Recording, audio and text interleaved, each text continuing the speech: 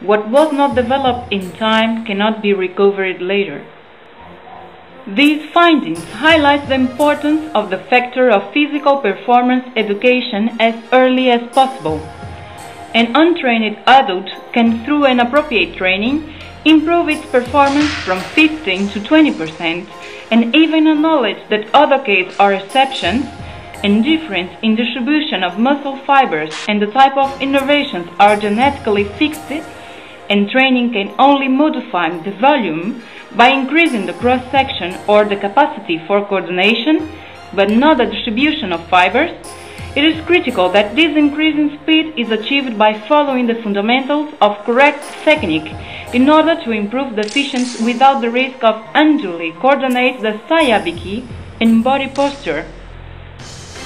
When speaking on jutsu, emphasizing the batto, it is important to determine the points to be worked so that the results are considerable.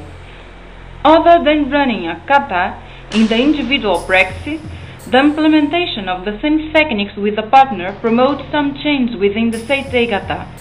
Naturally, we try to reproduce the same emphasis so the individual practice is as close as possible to the practice with a partner. One of the main factors influencing these small changes is the distance and time of applications. In general, the technique applied in battle matching the principle of action in fragmented timing of uke's movement. Strategically defining an action on a broken timeline related to the personal harmony of the opponent's performance is to implement the technique in a moving condition, avoiding the reasoning of uke. If we analyze through the prism of music, we could say that quite often this study have an effect of displacement of natural timing. The strong time, the first time, is filled with pauses, silence, or we have an station of the earlier sound. Based on the fact that every time has a strong part and a weak part, the strong part of a time is exactly the moment that the marking of this time is done. The rest of the length of the time is the weak part. Therefore, this shift can be made at any time of the bar.